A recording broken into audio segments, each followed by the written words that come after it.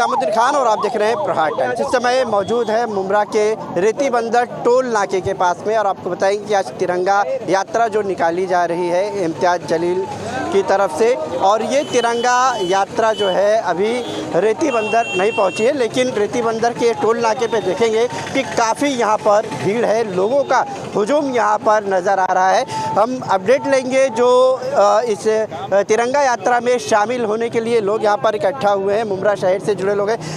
क्या अपडेट है सालम भाई, पहले आप बताइए कि कहाँ पर इम्तियाज़ जलील अभी पहुँचे हैं, क्या अपडेट है पूरा? अस्सलाम वालेकुम रहमतुल्लाह बरकातहू। अभी जो अपडेट मिली है, वारिस पठान साहब जो टोल नाके पे खड़े थे वो निकल चुके हैं, उनके पीछे इम्तियाज़ भाई है।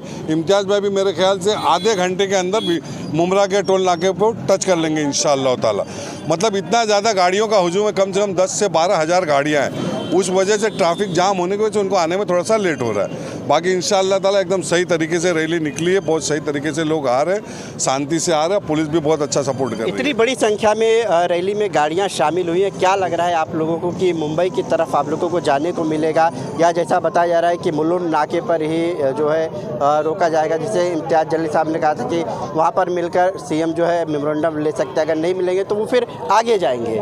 नहीं तो ये इम्तियाज़ जलील साहब का जो स्टेटमेंट ये आया है कि अगर हम मुलुंड टोल नाके तक पहुँचेंगे, अगर सीएम आते खुद यहाँ पे मुमरा टोल नाके मुलुंड टोल नाके पे FIR जो उनको अरेस्ट करते, अगर अरेस्ट करने का वादा करते हैं उसे अभी अरेस्ट करेंगे, तो यहाँ पे हम इम्तियाज़ जलील साहब जो मेमोरेंडम देना वो देंगे, नहीं तो बम्बई जाएंगे। करने की मांग किसकी है, किसे अरेस्ट करने के बाद? इसकी क्या नाम अपना रामगिरी महाराज की मांग कर, इसी की वजह से तो ये इतना बड़ा जुलूस निकला है। जो अल्लाह के नबी के खिलाफ जो ये अल्फाज गंदे अल्फाज इस्तेमाल कर रहा है, उसी को लेकर मुसलमान ये रैली कर रहे हैं। ये किसी पार्टी का वो नहीं, अल्लाह के नबी की शान में गुस्ताखी करने वालों के लिए मुसलमानों के दिलों को तकलीफ पहुँची है, इसलिए ये बाहर निकले और यहाँ की हुकूमत को बताने के लिए कि जिस तरीके से हिंदुस्तान का संविधान बाबा साहब अम्बेडकर के उस पर चल रहा है, जिस तरीके से आप मुसलमानों को अरेस्ट कर रहे हैं, इसको भी अरेस्ट किया जाए, इसीलिए मांग के लिए निकला गया है।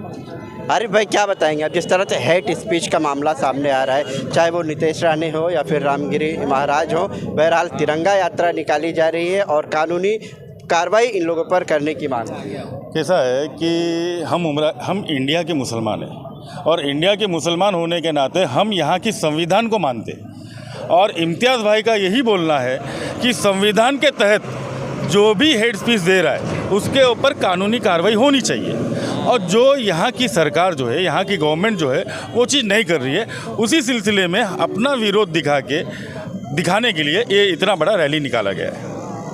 मुसलमानों की मांग है कि ऐसे लोगों पर कार्रवाई की जाए। तमाम मुसलमान यहाँ पर जो है रैली में शामिल होने के लिए इकट्ठा हुए हैं, कहीं ना कहीं उनमें एक जज्बात भी देखी जा रही है। अस्सलाम वालेकुम। सबसे पहले तो मैं ये बोलना चाहता हूँ कि ये देश जो है संविधान से चलता है, ये किसी के अपने कानून से नहीं चलने वाला देश है, और हम संविधान के अंदर रह करके हमारी सिर्फ सिंपल एक मांगनी है कि रामगिरी महाराज हो, चाहे वो नीतीश राणे साहब हो, ये लोग जो हमारे मज़हब के खिलाफ या हमारे नबी करीम सल्लल्लाहु अलैहि वसल्लम के खिलाफ बोलते हैं, उनके खिलाफ FIR दर्ज होती है। जैसे आपने देखा होगा बहुत सारे हमारे मौलाना के खिलाफ FIR दर्ज की जाती है, अननोन पर्सन की तरफ से FIR दर्ज की जाती है और उन्हें अरेस्ट कर लिया जाता है, और वो साल भर से 2-2 साल से 5-5 साल से वो लोग जेल में सड़ रहे हैं, जेल में अरेस्ट करके जेल में डाल दिया जाता है उनको। तो हमारी सिंपल ये मांगनी है कि 60 FIR अब तक के हो चुकी है रामगिरी महाराज के खिलाफ, और 60 FIR होने के बावजूद महाराष्ट्र सरकार के कान में जू नहीं रेंग रही है। तो हमारी मांगनी सिंपल ये है कि हमारे जो CM हैं, जो खुद अपने आप को एक सेक्युलर नेता मानते हैं और वो सेक्युलर नेता है भी, हम ये समझते हैं उनको, तो ये उनका फ़र्ज़ बनता है कि उन्होंने कहीं ना कहीं आगे बढ़ करके रामगिरी महाराज के ऊपर जो FIR दर्ज हुई है उनके ऊपर उनको अरेस्ट करना चाहिए।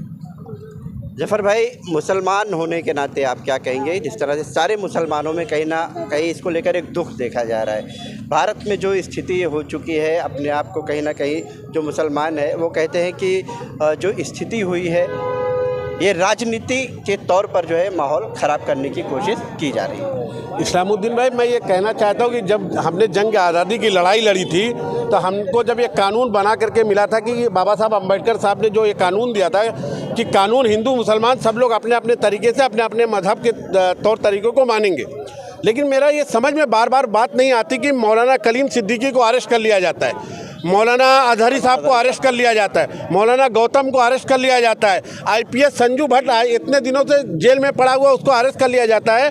तो रामगिरी महाराज में ऐसा क्या सोने का पंख लगा हुआ है कि उनको अरेस्ट नहीं किया जाता? सरकार इतनी मजबूर क्यों है, क्यों लाचार है?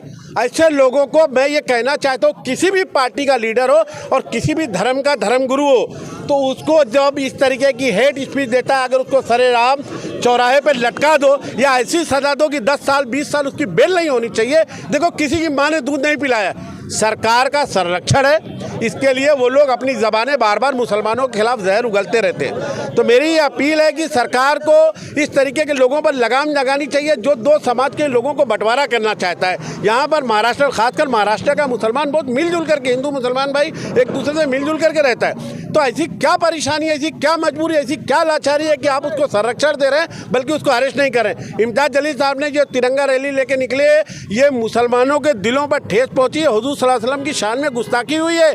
आप हमारे बारे में कुछ बोलिए चलेगा, लेकिन हमारे नबी के बारे में बोलेंगे तो कोई मुसलमान बर्दाश्त नहीं करेगा। और मुझे लगता है कि यहाँ का हिंदू भाई, जो सेकुलर हिंदू भाई है, वो भी इन चीज़ों से दूर रहना चाहता है। वो नहीं चाहता कि आपस में दो समाज का बंटवारा हो।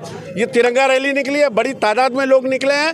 मैं तमाम लोग को बहुत बहुत मुबारकबाद देता हूँ, पुलिस प्रशासन को भी बहुत मुबारकबाद देता हूँ, वो सुबह से लगे हुए हैं, पूरी मेहनत कर रहे हैं। लेकिन अगर हमारी मांग को पूरा नहीं हुआ और हमको आगे नहीं जाने दिया, तो रोड पे बैठ करके, जो कानून में बैठता है बाबा साहब अम्बेडकर के बताए हुए कानून के तरीके पर, हम रोड पे बैठ करके सीएम साहब से मुतालबा करेंगे कि आप यहाँ आइए और हमारा डेलीग्रेशन लीजिए और रामगिरी महाराज को आप अरेस्ट करिए। ये हमारी डिमांड है। शब्बीर भाई, एक मुसलमान होने के नाते आप क्या सोचते हैं और इस मामले को लेकर क्या बताएंगे? तिरंगा यात्रा में आप भी शामिल होने के लिए। अस्सलाम वालेकुम रहमतुल्लाहि वबरकातुहू। मैं शब्बीर खान। जैसा कि आप जानते हो कि हमारा मुल्क एक जमहूरी मुल्क है,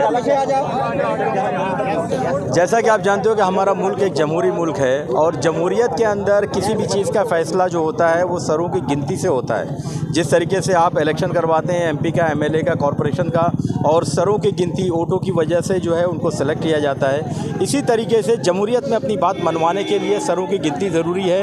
हमारे कायद ने,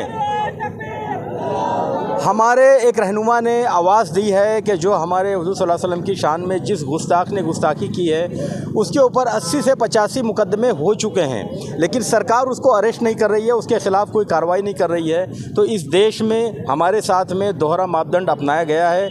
इसी के ख़िलाफ़ ये रोष, ये गुस्सा हर एक मुसलमान के अंदर है। आज ये गुस्सा जो है पूरे महाराष्ट्र के अंदर नज़र आ रहा है। तकरीबन 600 किलोमीटर से लोग चलते हुए, रात के 2 बजे से चलते हुए यहाँ तक चले आए हैं, और ये सिर्फ सरकार को अपनी बात बताने के लिए आए हैं। और इसी मकसद को लेकर हम मुमरा वासी आज यहाँ दोपहर से जमा हैं। इंशाअल्लाह हम अपनी बात को मनवा कर रहेंगे। बहुत बहुत। तो आपने सुना कि किस तरह से तिरंगा यात्रा में शामिल होने के लिए तमाम मुसलमान जो है वो इकट्ठा हुए। ये देख रहे हैं आप जो है किस तरह से रेती बंदर टोल नाके का एरिया है ये, और पुलिस का भारी बंदोबस्त यहाँ पर भी लगाया गया है, और कहीं ना कहीं जो है लोग इकट्ठा हुए रैली में शामिल होने के लिए। और तिरंगा यात्रा जो है वो अभी रेती बंदर पर बताया जा रहा है कि कुछ देर में पहुँचेगी। लोग बड़ी संख्या में यहाँ पर पहुँचे हैं और इंतज़ार कर रहे हैं रैली में शामिल होने के लिए।